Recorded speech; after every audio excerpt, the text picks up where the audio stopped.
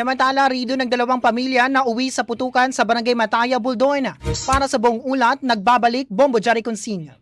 Walang naitalang nasawi o nasugatan sa isang umano'y palitan ng putukan na kinasasangkutan ng dalawang magkalabang pamilya sa sitio Simsima na Barangay Mataya, Buldona nitong Biyernes ng umaga, Hulyo 3.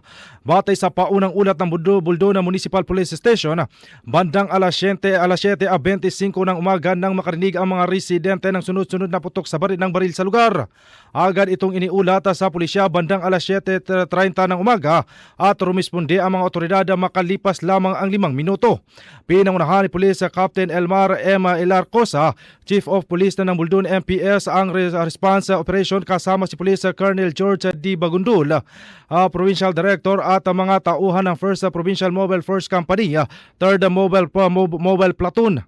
Pagdating sa mga responding pulis, tumigil ang putukan at wala na ang mga sangkot sa lugar. Sa paunang investigasyon na lumabas, ang insidente ay umano'y may kaugnay sa matagal ng alitan o rido sa pagitan ng mga pamilya Abubakar at Undaki.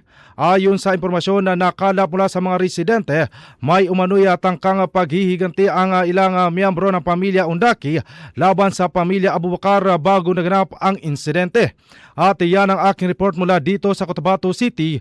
Ako si Bombo Jari Consigna and this is Bombo Radio Philippines, the #1 and most trusted source of news and information. Basta Radio! Bombo!